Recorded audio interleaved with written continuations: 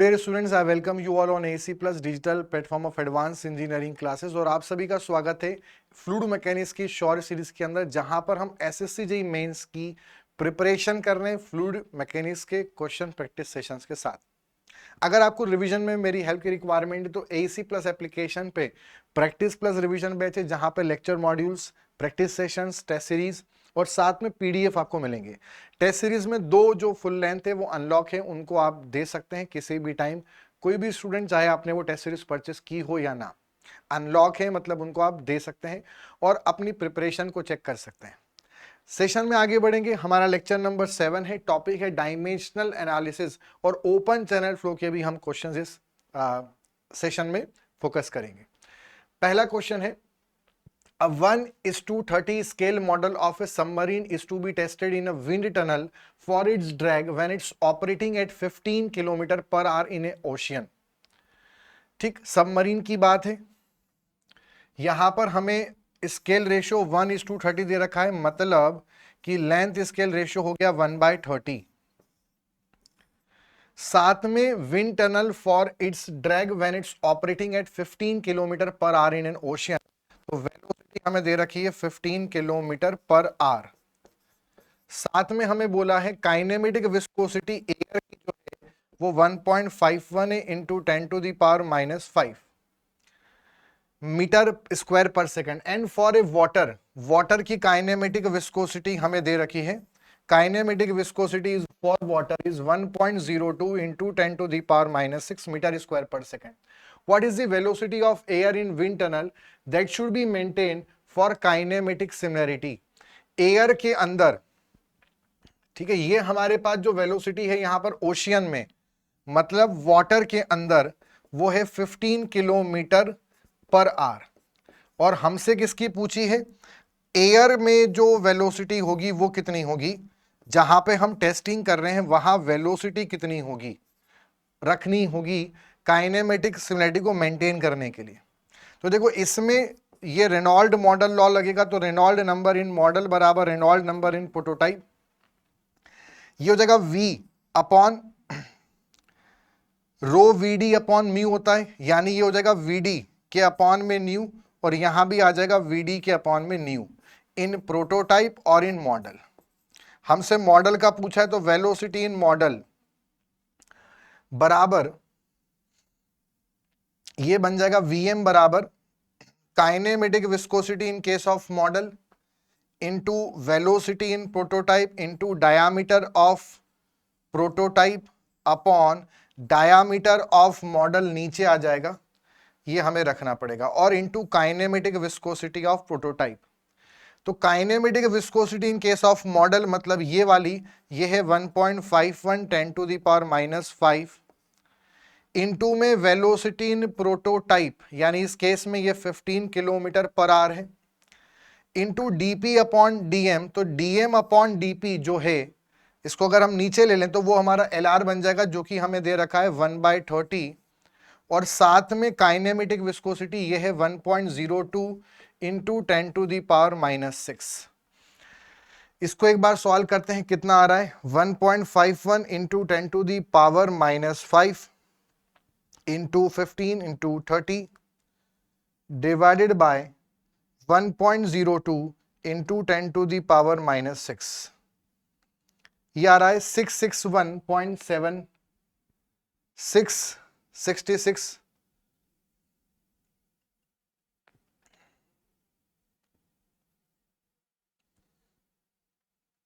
51 into 10⁻⁻5 into 15 into 30 divided by 1.02 into 10⁻⁻6।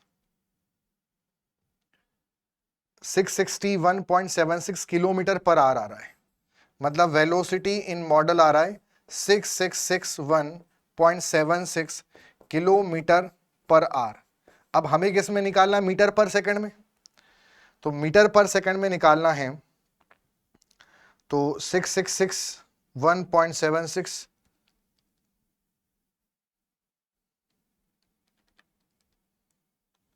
1850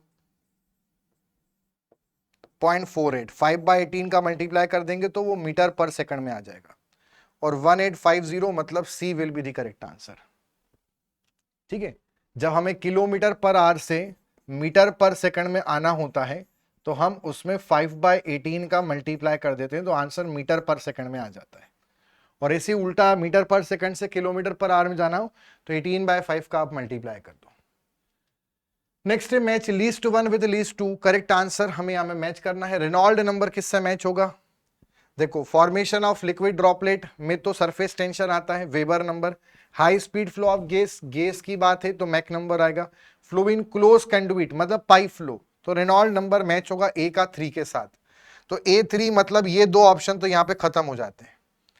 अगला, sloping interface exist between fluids of different density, इसमें हम नहीं बता सकते, बट वेबर नंबर कंफर्म है लिक्विड ड्रॉपलेट से मैच होगा, मतलब D1 से जाएगा। एक में D1 है, एक में D4 है, मतलब ये वाला सही है, ए ऑप्शन। बी मैच हो रहा है 4 के साथ, मतलब फ्राउड नंबर 4, ठीक है, ये हो सकता है।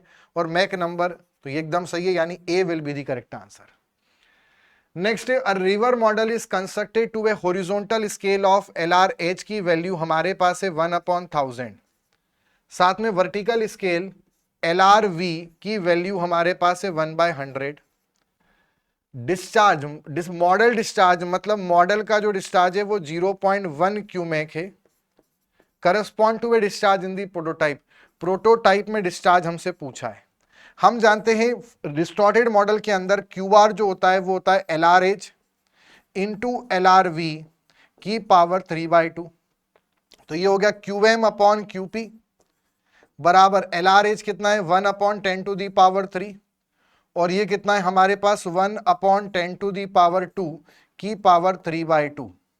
हमें निकालना है QP, तो QP की वैल्यू हो जाएगी QM मतलब 0.1 दे रखा है डिस्चार्ज QM इंटू 10⁻³ और इसमें 10⁻² की पावर 3/2 मतलब ये भी 10⁻³ आ जाएगा, मतलब ये हो जाएगा 10⁵ क्यूबिक मीटर पर सेकंड। अब ऑप्शन चेक करते हैं, 10⁵, मतलब D will be the correct answer. Next है, in a model similarity of the gravitational and inertia forces are only dominating. Gravity forces in inertia force से हमें Froude number बनता है। Froude number का formula होता है √ of inertia force upon gravity force. तो gravity और इनर्शिया डोमिनेटिंग है, मतलब फ्राउड मॉडल लॉ लगाना पड़ेगा। डिस्चार्ज स्केल रेशियो कितना होगा, तो अभी हमने पढ़ा है फ्राउड मॉडल जो अलग होता है तो डिस्टॉर्टेड मॉडल में LRH इंटू LRV की पावर 3/2 है। अब अगर ये डिस्टॉर्टेड नहीं है, अनडिस्टॉर्टेड मॉडल है, तो LRH LRV सेम होगा, मतलब LR की पावर कितना आ जाएगा 1 + 3/2 मतलब 5/2। 5/2 मतलब डिस्चार्ज स्केल रेशियो होगा LR की power 5/2। So C will be the correct answer. L क्या है, length scale ratio. Next is match list 1 list 2। Specific gravity या डायमेंशनल फॉर्मूला लिखा हुआ है। देखो, स्ट्रेस का होता है फोर्स अपॉन एरिया और फोर्स का होता है MLT-2 अपॉन L2, तो ये होता है ML-1T-2। किस ऑप्शन में दे रखा है ML-1, मतलब D तो फोर्स से मैच होगा। D अगर फोर्स से मैच होगा मतलब यहां पे 2 में हो रहा है, मतलब ये ऑप्शन तो खत्म हो जाते हैं। अब बचेगा कोएफिशिएंट ऑफ विस्कोसिटी, जो म्यू का होता है वो होता है ML-1T-1। तो ML-1T-1 इसमें मतलब B का 3 मैच हो रहा है, तो B का 3 मतलब सही आंसर होगा A। B का 3 हो गया A। Specific gravity, specific gravity जो है डायमेंशन लेस है, क्योंकि वो density of fluid upon density of standard fluid है, इसलिए उसका डायमेंशन M0 L0 T0 होगा। तो A मैच होगा 2 से, A मैच हो रहा है 2 से और C मैच होगा 1 से। मीटर स्क्वायर पर सेकंड होता है काइनेमेटिक विस्कोसिटी, तो मीटर स्क्वायर पर सेकंड मतलब L2T-1, इसलिए उसका क्या आंसर हो जाएगा हमारे पास 1 ऑप्शन। नेक्स्ट है, distorted models are use for. Distorted models वो होते हैं जहां पर हमारा जो हॉरिजॉन्टल स्केल रेशियो है वो वर्टिकल स्केल रेशियो के बराबर होता है, और डिस्टॉर्टेड मॉडल होते हैं are not geometrically similar. Geometrically similar नहीं होते, आर नॉट ज्योमेट्रिकली सिमिलर। इसलिए ये कहां का यूज करेंगे, रिवर्स में भी यूज करते हैं। ये डैम से अक्रॉस वाइड रिवर में भी यूज करते हैं और ये हार्बर्स में भी यूज करते हैं। तो इसका सही आंसर है 1, 2 एंड 3। ये हमने पिछले सेशन में देखा था। Next is a river whose discharge is 10 to the power 5 cubic meter per second is to be studied by 1:100 scale model, मतलब LR हो गया 1/100। रिवर का डिस्चार्ज है, मतलब प्रोटोटाइप का डिस्चार्ज है 10 to the power 5 क्यूसेक, मतलब cubic metre per second. In a laboratory discharge required in model कितना होगा? देखो क्यूआर का जो फॉर्मूला अभी हमने देखा डिस्टॉर्टेड में LR की पावर 5/2 होता है, तो ये हो गया QM अपॉन QP। LR कितना है? 1/100 की पावर 5/2। तो यहां पर QM बराबर हो जाएगा QP।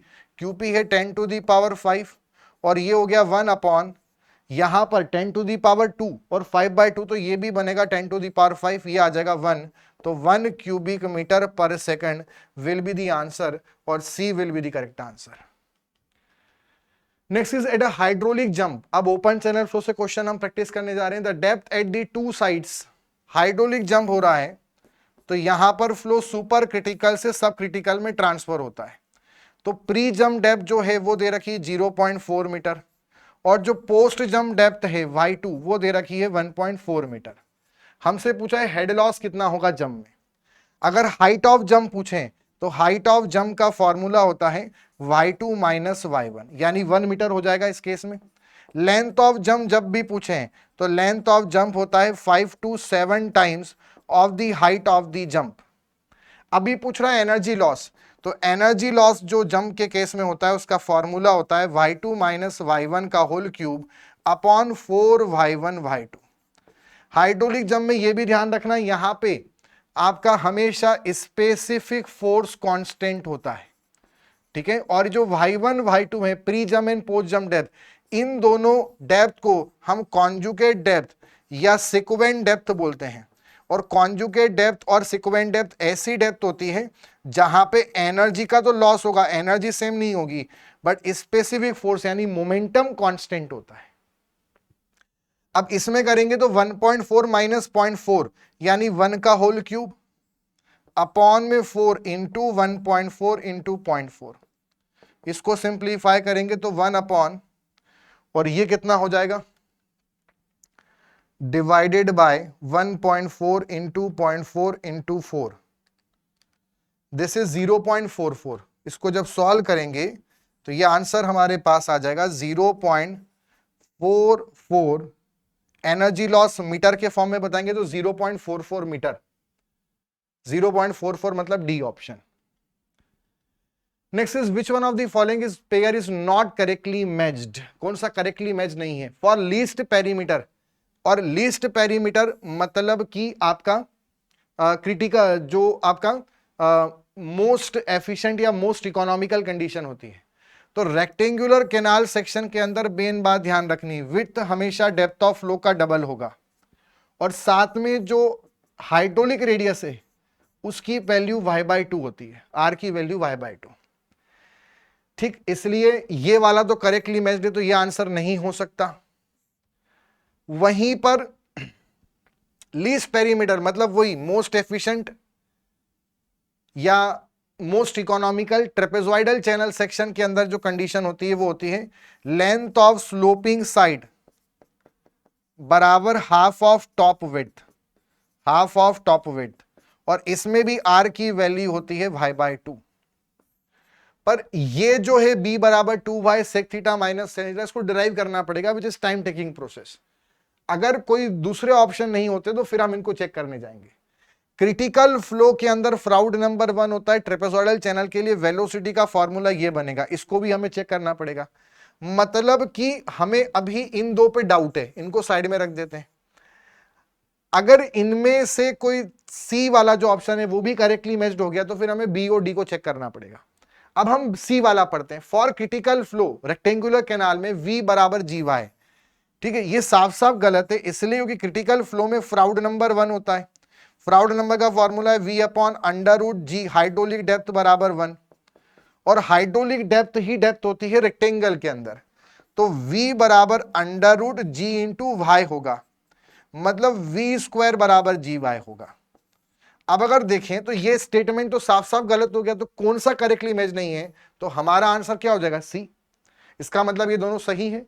तो इस तरह से हम यहां पे टाइम बचा सकते हैं। अगर हम देखें तो अगर आप ट्रेपेजॉइडल चैनल में जो हमारे पास कंडीशन होती है हाफ ऑफ टॉप विड्थ बराबर लेंथ ऑफ स्लोपिंग साइड, तो ये जो है ये टॉप विड्थ जो है इसके हाफ के बराबर होगा। तो लेंथ ऑफ स्लोपिंग साइड ये हमारे पास थीटा हो गया, ये वाई हो गया। इस तरह से अगर हम सॉल्व करेंगे तो टी बराबर यानी टॉप विड्थ बराबर क्या हो जाएगा, 2 times A B, 2 times sloping side का डबल। और स्लोपिंग साइड जो हमारे पास में है ये अगर वाई है और ये थीटा है तो ये वाई सेक थीटा होगा, मतलब 2 वाई सेक थीटा। अब हम ये बोल सकते हैं कि इसमें ए मतलब ये जो डिस्टेंस है और ये जो डिस्टेंस है वो दोनों सेम है, तो ए बराबर एफ डी। तो ए प्लस एफ डी बराबर कितना होगा, ये एक वैल्यू है वाई टेन थीटा, मतलब हम बोल सकते हैं ए प्लस एफ डी बराबर 2 वाई टेन थीटा। और विड्थ कितनी होगी, जो बी है यहां पर ये वाली बेस विड्थ, ये होगी हमारे पास top width minus 2 times A या एफ डी। और टॉप विड्थ कितनी है हमारे पास, 2 Y sec theta minus 2 Y tan theta. तो बी आ गया 2 Y sec theta minus tan theta, जो कि हमें इस ऑप्शन में दिया था, मतलब ये भी सही है। और इसको हम क्रिटिकल फ्लो के लिए ट्रेपेजॉइडल चैनल में भी इसको निकाल सकते हैं, क्योंकि V हमारे पास क्रिटिकल फ्लो में V बराबर अंडर रूट G और Y होता है। तो G तो आना है, हमें क्या चाहिए, यहां पर ट्रेपेजॉइडल के अंदर Y नहीं आएगा, यहां पर आएगा हाइड्रोलिक डेप्थ। और हाइड्रोलिक डेप्थ क्या होता है, वेटेड एरिया के अपॉन में टॉप विड्थ। तो उसको हमें निकालना पड़ेगा, कैलकुलेट करना पड़ेगा। वेटेड एरिया हम निकाल सकते हैं, वेटेड एरिया हम फाइंड आउट करें, ट्राइंगल का एरिया, ठीक है, ये वाला एरिया कितना है, ये वाई टेन थीटा है। तो इस ट्राइंगल का एरिया हमारे पास होगा half into y tan theta, मतलब y square tan theta by 2, ठीक है। और y square tan theta by 2, ऐसे दो ट्राइंगल है तो डबल कर देंगे, डबल करेंगे तो 2 कट जाएगा, तो एक बचेगा यहां पर वाई स्क्वायर टेन थीटा, ठीक। ये तो ट्राइंगल का एरिया हो गया इन दो का, प्लस इस रेक्टेंगल का निकालेंगे तो बी इंटू वाई, तो वो हो जाएगा वहां पर प्लस बी इंटू वाई, ये आ गया वेटेड एरिया। टॉप विड्थ हम पहले देख चुके हैं, टॉप विड्थ इस केस में कितना होता है, 2 Y sec theta, 2 Y sec theta, उसको सिंप्लीफाई करना है बस। यहां पे बोल रखा है जी y b plus Y tan theta, तो इसमें से आप वाई कॉमन ले सकते हैं, ठीक है। तो बाहर जी वाई हो जाएगा, ठीक है, जी वाई हो जाएगा। तो ये अगर आप देखें तो ये बन जाएगा अंडर रूट का जी और वाई कॉमन ले लिया, अंदर बचेगा B plus Y tan theta और अपॉन में 2 Y sec theta, 2 Y sec theta. और 2 वाई सेक थीटा को हम टॉप विड्थ को, जो टॉप विड्थ है उसको हम B plus 2 Y tan theta भी बोल सकते हैं। तो या तो हम 2 वाई सेक थीटा लिखें या उसको हम B plus 2 Y tan theta भी लिख सकते हैं, मतलब ये स्टेटमेंट भी करेक्ट है। तो ऑल आर करेक्ट, खाली सी गलत है। अगला क्वेश्चन है, the height of hydraulic jump in a stilling pool was found to be 10 centimetre in a model. Height of jump, height of jump होता है y2 minus y1, height of jump, और ये हमें मिला 10 सेंटीमीटर इन ए मॉडल, मतलब ये model का है 10 सेंटीमीटर। वहां पर बोल रखा है LP अपॉन LM, मतलब length scale ratio P upon M के फॉर्म में दे रखा है, वो 36 है। तो प्रोटोटाइप जंप कितना होगा, तो देखो height of jump in prototype divided by the height of jump in model बराबर LP अपॉन LM, ठीक है, बराबर LR, क्योंकि जो हाइट है वो तो स्केल ज्योमेट्रिक रेशियो में ही आएगा, तो सब सेम होना चाहिए अनडिस्टॉर्टेड मॉडल की बात करें तो। इसलिए हमें मॉडल के हाइट दे रखी है, प्रोटोटाइप में हमें हाइट ऑफ जंप बताना है, तो वो हो जाएगा 10 सेंटीमीटर इंटू 36, मतलब वो आ जाएगा 360 सेंटीमीटर, मतलब मीटर में आ जाएगा 3.6 मीटर, 3.6 मीटर, मतलब B will be the correct answer. Next चलते हैं अगला। For a wide rectangular channel using Manning's formula the differential equation gradually used is. Manning's formula के अकॉर्डिंग जो हम डिफरेंशियल इक्वेशन यूज करते हैं वो क्या होती है? तो इसमें जो डिफरेंशियल इक्वेशन होती है dy by d x, surface profile का जो स्लोप है वो होता है channel bed slope into 1 minus y n upon y का whole cube divide by 1 minus y c upon y का होल क्यूब। ये इसमें फाइनल इक्वेशन होती है। अब अगर ऑप्शन में देखें तो ये हमारे पास इस ऑप्शन में है, यहां पर वाई एन या वाई ओ एक ले सकते हैं। ये नॉर्मल डेप्थ कहलाती है फ्लो की। नॉर्मल डेप्थ मतलब यूनिफॉर्म फ्लो जिस पर होता है, और जो वाई सी है वो क्रिटिकल डेप्थ है, क्रिटिकल डेप्थ। और इसमें जो एसओ होता है वो चैनल बेड स्लोप होता है। तो इसका सही आंसर हमारे पास होगा B option. Next is match list 1 with list 2। Manning's यहां पे अलग अलग सरफेस दी और यहां मेनिंग्स कांस्टेंट दे रखा है। देखो जितना मेनिंग्स कांस्टेंट जो है वो सरफेस रफनेस के डायरेक्टली प्रोपोर्शनल है। तो जिसमें आपको रफनेस ज्यादा फील हो रहा है वहां पे मेनिंग्स की वैल्यू ज्यादा होगी, मेनिंग्स कांस्टेंट की। और जहां कम लग रहा है वहां कम होगा। पहले देखो यहां पर है gravel river bed with 50 mm bed, मतलब नीचे ग्रेवल है तो यहां पे तो रफनेस थोड़ी ज्यादा होगी। फिर एक बोल रहा है badly maintain unlined canal irrigation channel with weed growth, मतलब विड भी है तो यहां थोड़ी सी मॉडरेट होगी। वहां तो ग्रेवल है तो यहां तो विड है, मतलब प्लांट वगैरह थोड़ी कम हो जाएगी, बट यहां पर इसका मतलब सबसे हाईएस्ट होगी।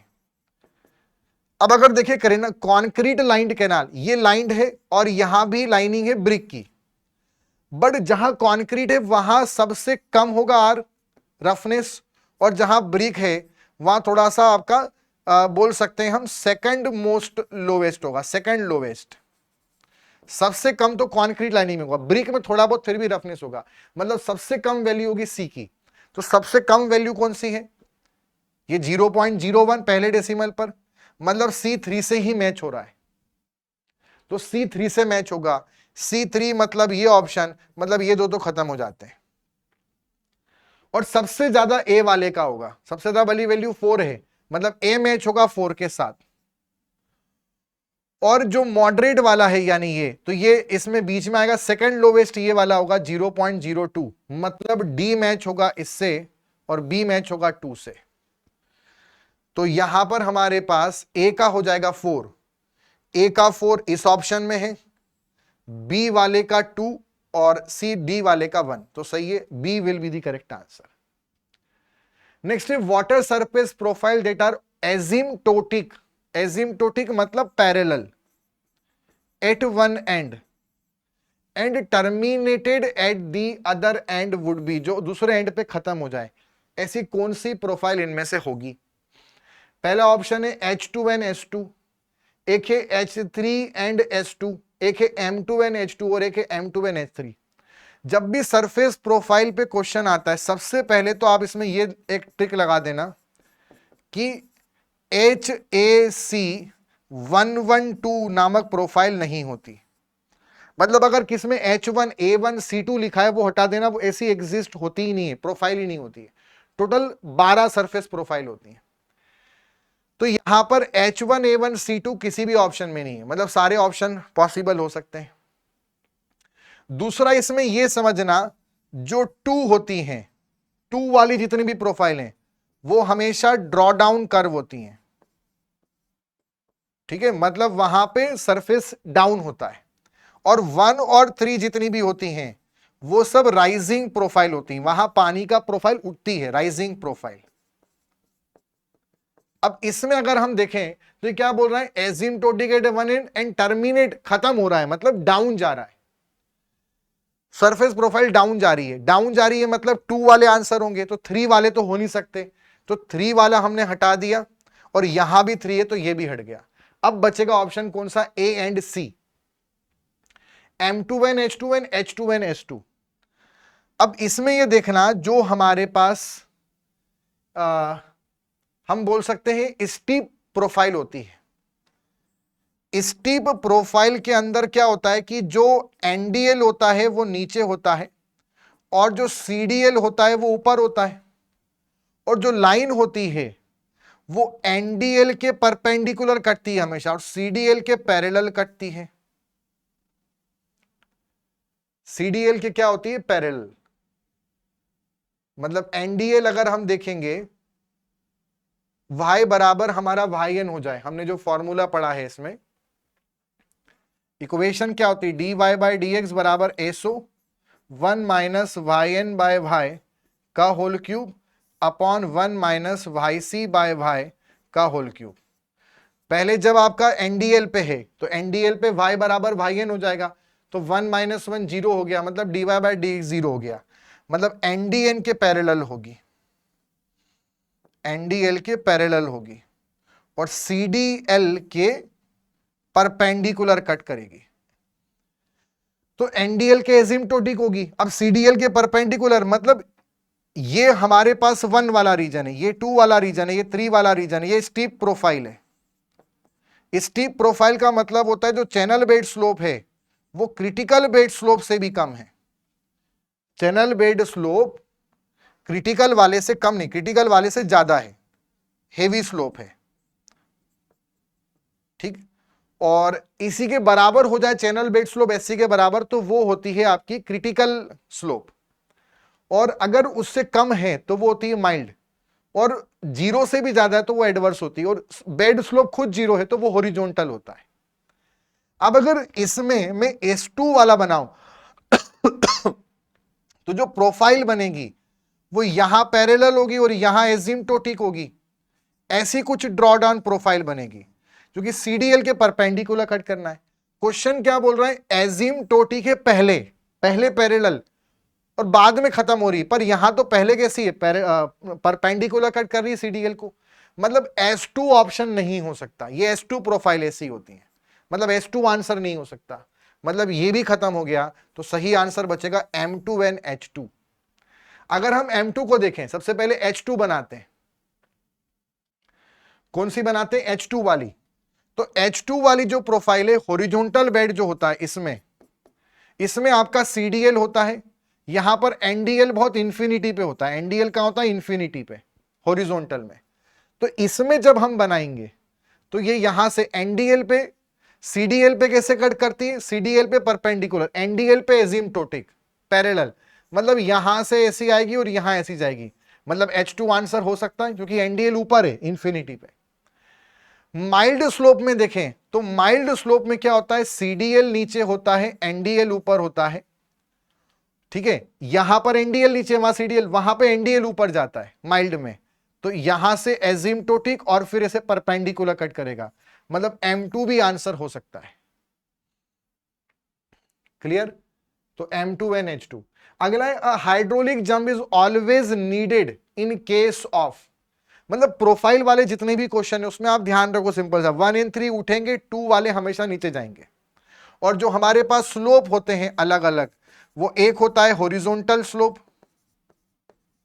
एक होता है हमारा एडवर्स स्लोप, एक होता है हमारा क्रिटिकल स्लोप, और फिर क्रिटिकल के रेफरेंस में 2 स्लोप और बनते हैं, और एक होता है माइल्ड स्लोप और एक होता है स्टीप स्लोप। तो अगर आपका जो चैनल बेड स्लोप है वो क्रिटिकल स्लोप के बराबर है, जिसपे क्रिटिकल फ्लो हो, तो वो क्रिटिकल स्लोप कहलाता है। अगर बेड स्लोप की वैल्यू नेगेटिव है, 0 से कम है, मतलब ऐसा स्लोप है, तो इसे एडवर्स स्लोप बोलते हैं। अगर बेड स्लोप खुद 0 है तो वो हॉरिजॉन्टल हो जाएगा, ऐसा वाला, तो ये हॉरिजॉन्टल स्लोप होता है। वहीं पर अगर चैनल बेड स्लोप क्रिटिकल वाले से कम है तो वो माइल्ड है, और क्रिटिकल वाले से भी ज्यादा है तो वो स्टीप कहलाता है। तो ये क्रिटिकल के रेफरेंस में 2 नए स्लोप बनते हैं, टोटल 5 स्लोप हो जाते हैं, हर एक में 3 प्रोफाइल, मतलब 15 में से 3 पॉसिबल नहीं है, HAC 112, मतलब टोटल 12 सरफेस प्रोफाइल पॉसिबल है। अब ये क्या बोल रहा है? हाइड्रोलिक जंप कब होगा? देखो हाइड्रोलिक जंप में आप लॉजिक लगाओ, हाइड्रोलिक जंप तब होता है जब आपका फ्लो जो होता है, स्लोप कैसा भी हो, वहां पे हमेशा फ्लो आपका उठता है। मतलब आप ये देखो हाइड्रोलिक जंप हमेशा एक राइजिंग कर्व होगा। क्या होगा? Rising curve. और राइजिंग कर्व या तो 1 होते हैं या तो 3 होते हैं, कभी भी 2 वाला राइजिंग नहीं होता है, वो हमेशा ड्रॉडाउन होता है। तो A2 profile followed by A3 है ना, मतलब राइजिंग होता है, मतलब बाद में क्या आना, मतलब वहां पे, और 1n3 में ही फ्लो उठता है। मतलब पहले क्या होना चाहिए, पहले होना चाहिए 1n3।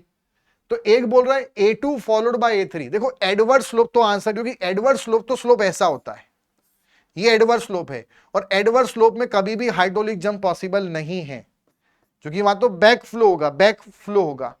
हाइड्रोलिक जंप तो तब होता है जब आपका प्रोपोगेट बहुत स्पीड में फ्लो हो रहा। तो एडवर्ड्स तो कभी आंसर हो ही नहीं सकता, मतलब ये भी गलत, ये भी गलत। अब बचे ये दो option, H2 followed by M2। तो यहां पर H2 ड्रॉ डाउन है, M2 भी ड्रॉ डाउन है, मतलब ये भी आंसर नहीं हो सकता, क्योंकि 1n3 होना चाहिए। एक बोल रहा है M1 profile followed by M3 profile, मतलब फॉलोड बाय M3, ठीक है, मतलब पहले आपकी 3 प्रोफाइल है, फिर आपका M1 है। तो M3 और M1 दोनों आपके राइजिंग कर्व होते हैं, इसलिए हमारे पास सही आंसर क्या हो सकता है, डी ऑप्शन। बाकी एक भी आंसर नहीं हो सकते, ठीक है। Hydraulic jump occur when supercritical changes to subcritical, तो इसलिए इसका आंसर सिर्फ एक ही होगा। चेजिस कोएफिशिएंट और डार्सी में क्या रिलेशन है, डायरेक्टली आप ध्यान रखें, चेजिस में और डार्सी में जो रिलेशन है फ्रिक्शन फैक्टर में, वो है C बराबर √8G/F। कैसे निकाल सकते हैं, एनर्जी लॉस आप चेजिस वाला और एनर्जी लॉस आप डार्सी वाले को इक्वेट कर दें। डार्सी वाले के लिए हमारे पास है FLV² और चेजिस वाले में हमारे पास इक्वेशन होता है V = C√MI। तो ये होता है V² बराबर C² × M × I, और M जो होता है वो होता है पाइप में 4 times the weighted area upon wetted perimeter. तो M वहां पे डायामीटर के बराबर हो जाता है, ठीक है। तो यहां पर ये हमारे पास कितना बनेगा, V², और I जो होता है वो होता है energy loss per unit length. तो जो यहां पर एनर्जी लॉस होगा उसका फॉर्मूला कितना होगा, V² इंटू लेंथ, ठीक है, अपॉन में यहां पर आ जाएगा C² और इंटू M आ जाएगा, और M की वैल्यू यहां पर हमारे पास ये आएगा 4 टाइम्स, नहीं sorry, wetted area upon wetted perimeter ही रखना पड़ेगा, ओपन चैनल फ्लो वाली कंडीशन। और उस कारण जो हमारा जो हाइड्रोलिक मीन डेप्थ है उसकी वैल्यू हो जाएगी हमारे पास diameter bye 4, π/4 d² upon πd, ठीक है, वो हाइड्रोलिक रेडियस होगा हमारे पास। तो ये M कितना हो गया, d/4। तो यहां पर हम M नीचे रखेंगे तो इसमें ये आ जाएगा d और ऊपर आ जाएगा 4। अब d से d तो कैंसिल हो गया, L से L भी कैंसिल, V² से V² कैंसिल। तो यहां पर हमारे पास क्या बचा, ये हो गया 4 2 8, 8G अपॉन F बराबर C²। तो रिलेशन क्या हो गया, C बराबर √8G/F, और F कौन है, फ्रिक्शन फैक्टर। तो सही आंसर होगा C ऑप्शन।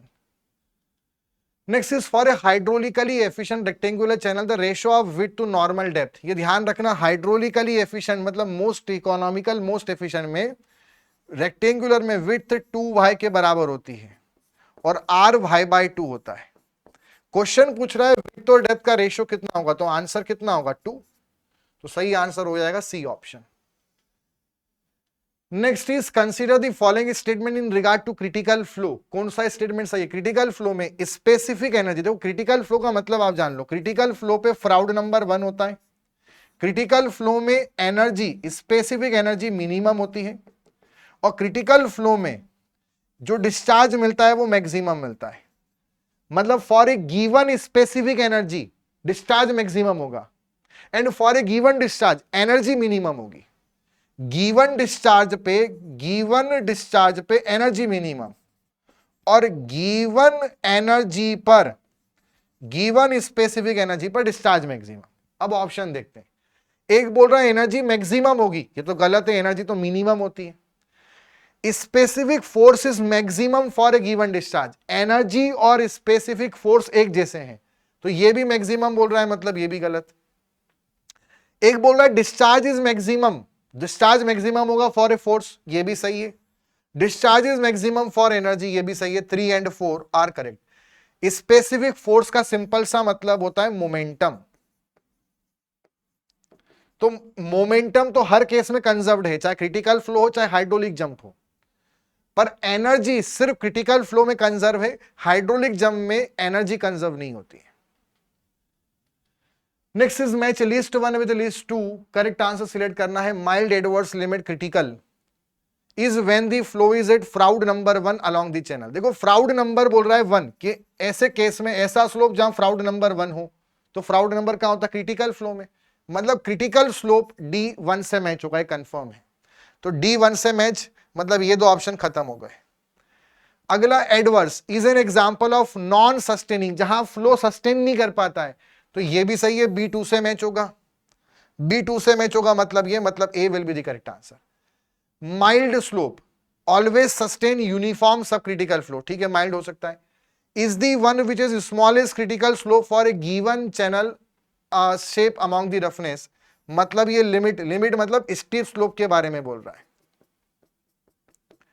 स्टीप स्लोप वो होता है जहां पर आपका जो स्लोप है वो क्रिटिकल वाले से भी ज्यादा हो जाता है, ठीक है। तो सी हमारा मैच होगा 4 के साथ, और बी हमारा मैच होगा 2 के साथ, और डी मैच होगा 1 के साथ, और ए मैच होगा 2 के साथ। तो बच्चों ये था हमारा सेशन फ्लूइड मैकेनिक्स का एक और, जहां पर हमने डायमेंशनल एनालिसिस और ओपन चैनल फ्लो से क्वेश्चन करे। मिलेंगे नेक्स्ट सेशन के अंदर। अगर आपको वीडियो अच्छा लगा है तो इसे लाइक करें, शेयर करें, चैनल को सब्सक्राइब करें, और इसका पीडीएफ इस टेलीग्राम चैनल पे होगा जिसका लिंक डिस्क्रिप्शन में अवेलेबल है। मिलते हैं अगले सेशन में, तब तक के लिए goodbye and take care.